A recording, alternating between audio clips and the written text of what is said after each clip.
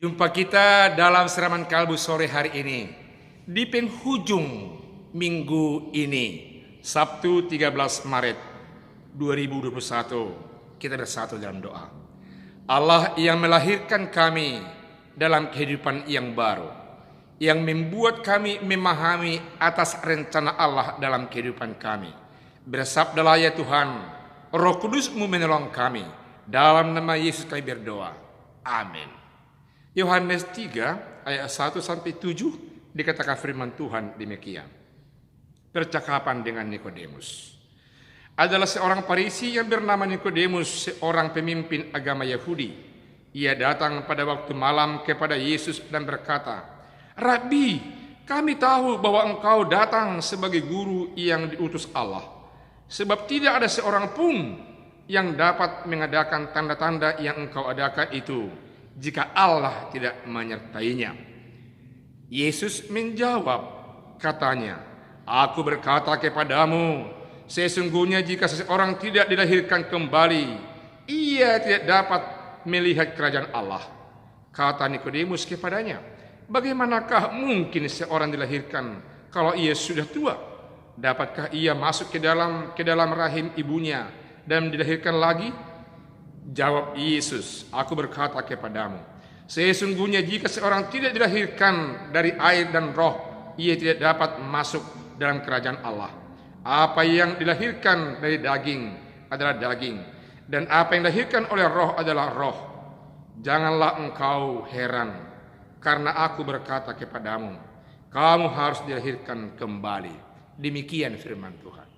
Sedemikian banyak tanda mujizat yang dilakukan oleh Tuhan Yesus. Makin banyak orang yang percaya kepadanya, makin bergeser cara berpikir, bahkan cara beriman orang banyak.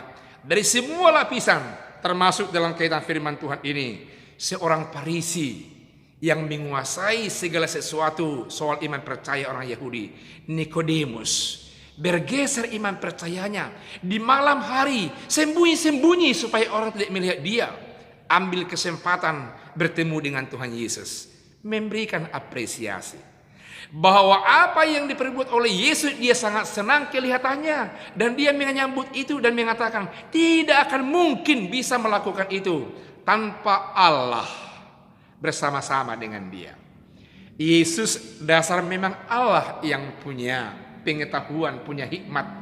Ada Allah Bapa di sorga dalam hidupnya. Dia mensugesti Nikodemus mengatakan bahwa tidak akan ada orang yang paham tentang perlakuanku jikalau mereka belum dilahirkan kembali. Dalam arti, jikalau tidak mengambil keputusan yang luar biasa dan mau dibaptis dalam nama Allah Bapa, dalam nama Yesus, dalam Roh Kudus, dan mengikut Allah di dalam nama Yesus.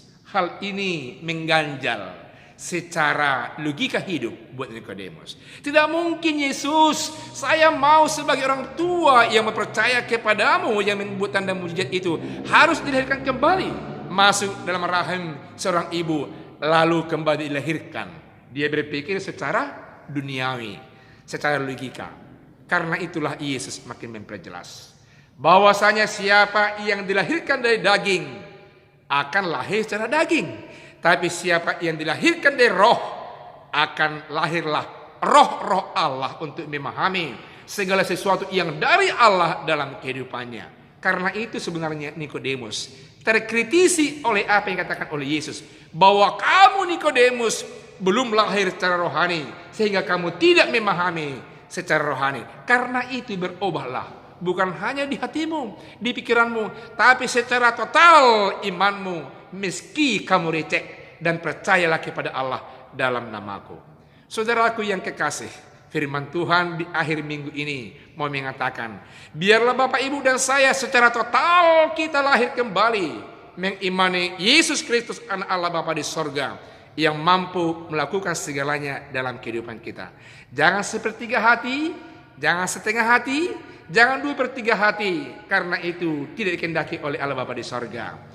Meskinya mengambil keputusan yang etis dan beriman kepada Allah, mengatakan, Allah dalam nama Yesus Tuhanku, tempatku bergantung, berkarya yang luar biasa dalam kehidupanku. Berkaryalah Allah dalam nama Yesus dalam setiap kehidupan saudara-saudara yang mendengarkan sabdanya ini. Amin, kita berdoa. Terima kasih Tuhan atas firman-Mu yang menguatkan kami, bahwa setiap orang harus dilahirkan kembali secara iman, secara rohani, jikalau sungguh-sungguh mau mengimani Allah dalam nama Yesus. Karena Yesus, anak Allah Bapa di sorga, yang berkarya membuat berbagai macam tanda mujizat dalam kehidupan kami. Kesembuhan, kebercukupan, rasa sukacita, rasa damai dalam semua putaran kehidupan kami. Ini doa kami dalam nama Yesus Kristus Tuhan kami. Amin.